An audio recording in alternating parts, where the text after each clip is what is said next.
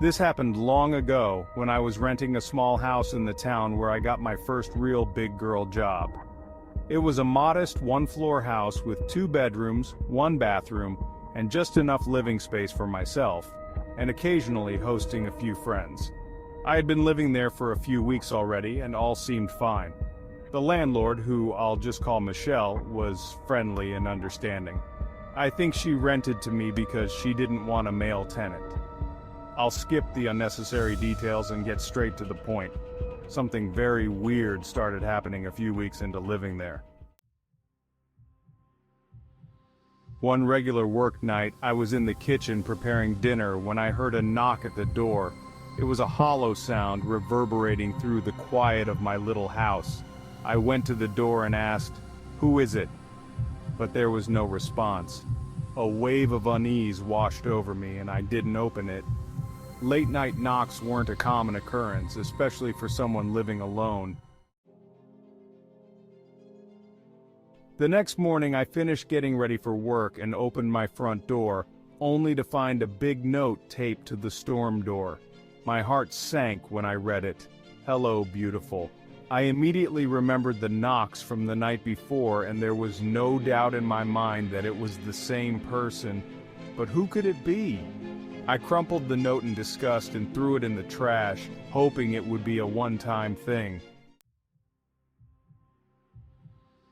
That night, while I was cooking dinner, I heard another knock at the door. My stomach twisted with anxiety. This time I didn't say anything, just stood by the door and listened. There was no peephole or glass to look through, no way to see who was there without opening it, and the thought of doing so sent a chill down my spine. I realized that this could be some kind of stalker situation. In a panic, I called my mom and dad for advice. My dad, a retired police officer, listened patiently, but he didn't have much to offer. "If you call the cops, they won't really be able to help unless they catch the person in the act," he said. His advice was simple. Don't go outside late at night, don't answer the door, and if it persisted, he'd come to town to stay with me for a few days. I was grateful for his concern, but the fear gnawed at me. The next morning I checked the storm door, praying there wouldn't be another note. My heart sank when I saw it. A new note, stuck to the glass. It read, "I like to watch you." I felt bile rise in my throat. I snapped a picture of it and sent it to both my family and Michelle, asking if she'd ever had issues with stalkers or certain men. Michelle responded quickly, clearly shocked. She assured me she hadn't experienced any issues and she was in a long-term relationship. I wasn't entirely convinced. After work that day, I left a note on the door. "If you're looking for Michelle, she does not live here. She only rents this house. If you continue to come here, I will report this to the police." Writing that note gave me a small sense of comfort. Perhaps it would scare the person off. That night, I went to bed with a sense of relief, thinking my note had worked. I slept fitfully, haunted by the thought of that creepy note and who might be watching me. The next morning, however, my heart dropped when I opened the door to remove my note and found a new one. "I'm not looking for Michelle, I'm looking for you," it read, followed by my name and once again, "I like watching you." Panic surged through me. I quickly sent a photo of the new note to my dad.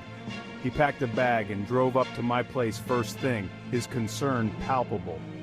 The workday was rough. All I could think about was this horrifying situation, wondering if someone in my office, like the creepy guy Fernando, could be involved. My dad and I decided to wait until later that night to call the police, wanting to make sure the perpetrator saw their presence. When the officer arrived, my dad, with his retired police background, took the lead, explaining the situation. The officer seemed busy but promised to file a report. After he left, my dad settled outside on the front stoop, his presence a comfort, even as I drifted off to sleep inside. The next few hours were a blur. I tossed and turned, unable to shake the feeling of dread. My dad remained outside, a silent guardian. Eventually, the night passed without incident. The person didn't return, and when morning came, I was eager to leave that house behind. Michelle was understanding when I explained everything, and with a heavy heart, I packed my things. I moved to a new place, hoping whoever was stalking me didn't follow. I left behind the notes, the anxiety, and the fear, but I couldn't shake the feeling that I'd never truly be free. I didn't know who it was or what they wanted, and the thought of a stranger watching me, lurking in the shadows of my life, would likely haunt me forever. It was a normal Friday afternoon at my high school, the kind where time seemed to crawl as I walked down the hallway with my friend Emma. She was animatedly talking about God knows what, some drama from her latest crush, or maybe a rant about our history teacher. I was only half listening, caught up in my own thoughts, trying to get through the day. Honestly, I had a lot on my plate, both at home and at school. My foster parents weren't the nicest people, to say the least, and I could feel the weight of that reality pressing down on me. As we passed the lunchroom, the sounds of laughter and chatter spilled into the hallway, making me cringe. I suddenly felt the urge to use the bathroom and asked Emma if she needed to go too. She shook her head, insisting she would wait outside for me. I shrugged, grateful for the moment of solitude, and headed into the restroom. Once inside, I immediately noticed something odd. The place was completely empty. I thought to myself that it was strange given that this bathroom was usually packed with girls gossiping or fixing their makeup. I shrugged it off, dismissing it as my imagination, and went into a stall. A few seconds after sitting down, I heard the bathroom entrance door open and slam shut. Someone had entered the bathroom, but curiously, I didn't hear any footsteps. I dismissed it, thinking maybe it was someone trying to avoid getting caught by an admin. I continued my business, standing up to button my jeans. While waiting, I scanned the graffiti-covered walls, reading the random quotes and rants about teachers. Then I heard the door open again, and I assumed whoever was in here had finally left. Feeling a sense of relief, I came out of the stall. As I stepped out, I noticed Emma waiting for me, her face twisted in confusion, almost as if she had seen a ghost. "What's up?" I asked, sensing something was off. "Who was that standing right behind you in the bathroom stall?" she replied, her voice barely above a whisper. Chills crawled down my spine. "No one was in there with me," I insisted, feeling a mix of anger and fear. "Stop messing with me." Emma shook her head vehemently. "I'm not. I came in just before you came out because I realized I actually needed to go. I saw someone in the stall with you, Leo. Their shoes were literally touching the back of yours. That's how close they were behind you." My heart raced as I tried to process what she was saying. I reiterated again that I had been alone in the stall, that I had heard someone come in but they never made a sound after that. I assumed they were hiding, but now it all seemed so much darker. Emma looked genuinely terrified as she explained. "I swear, Leo, no one went near the door until I walked in. I didn't want to stick around to find out what was going on. I couldn't shake the unease creeping into my gut. Although I didn't believe in the paranormal, I felt a chill run down my spine. Something felt off.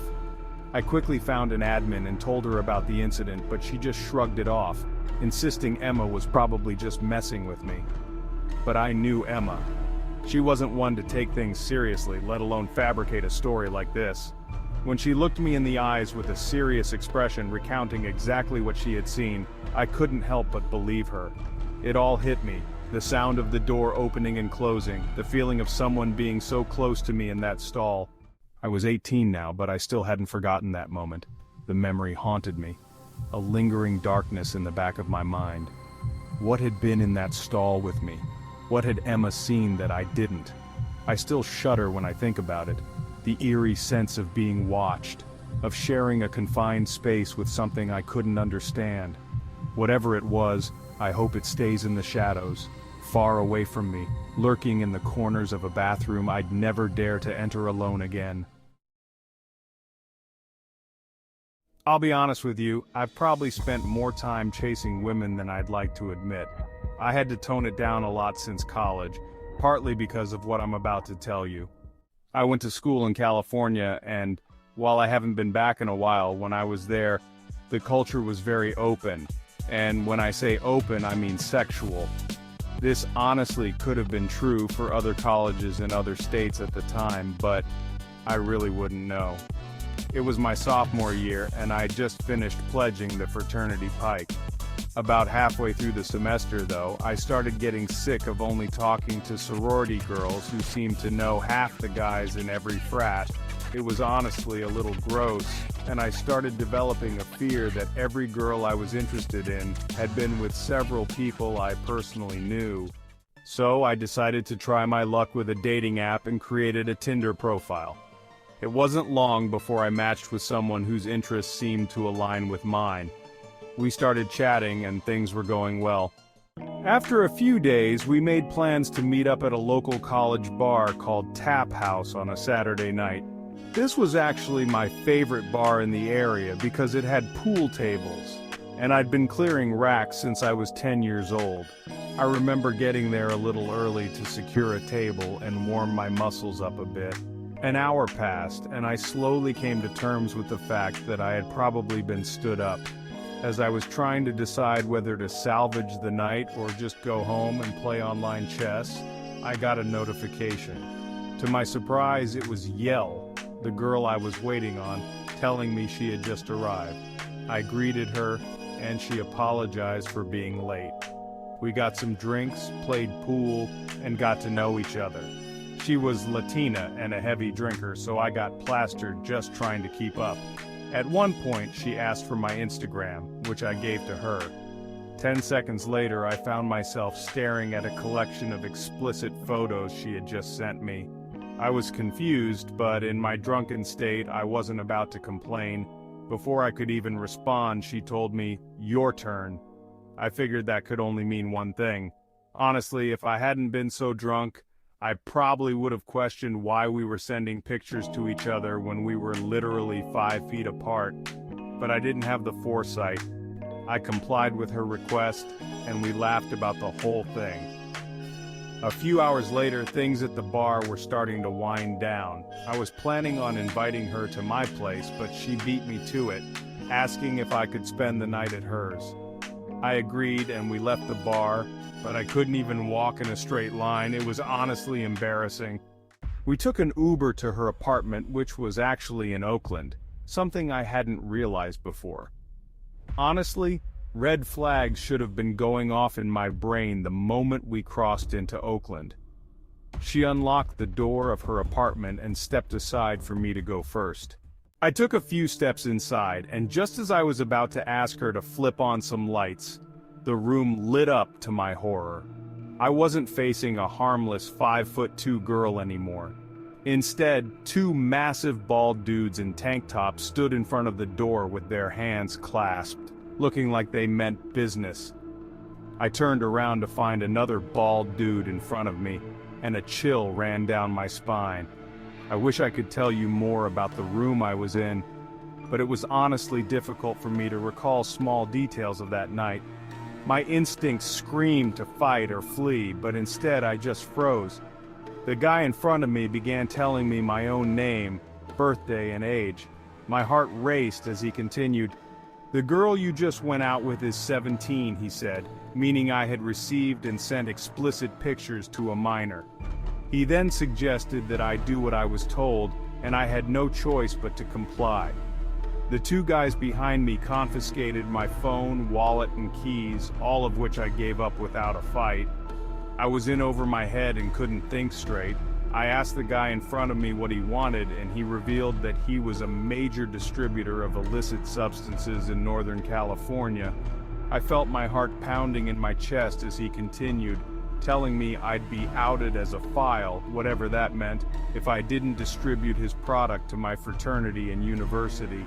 I wish I could remember more specifics, but the fear had me in a vice grip. The two men behind me then gave me a piece of paper and told me to write down my address, followed by a list of names and numbers for as many students as I knew. I told them I'd need my phone to complete the list, and one of them held it firmly in front of me, letting me scroll through. All three of them hovered over me, and I felt completely checkmated. I don't know what compelled me to do it, but the literal second I saw a chance, I ran. I was too drunk to think about the consequences of those pictures on my phone. I narrowly escaped out the door I had entered from and ran as fast as I could. It wasn't like I was safe, though. I was still smack dab in one of the most dangerous places in America. Eventually, I found a nice-looking house and begged them to let me use their phone to call 911. I told the police everything, but of course I couldn't remember the address of that girl's apartment. An officer picked me up and took down a report before asking me if I could lead them back to that apartment. I was surprisingly able to retrace the way I had run, and waited in one of the squad cars while the police barged in. After a few minutes, an officer returned to me and said the place was completely deserted. There were no signs that anyone had even been there. In the following weeks, the police took my report seriously and launched a full-scale investigation. They concluded that it was probably gang-related, but were never able to arrest anyone. That was years ago, and I bet this incident has been swept under the rug of Oakland's rampant crime and drug-related activity. In all honesty, what happened to me back then is probably nowhere near the top of the list when it comes to that godforsaken place. I haven't used a dating app since, and I doubt I ever will again.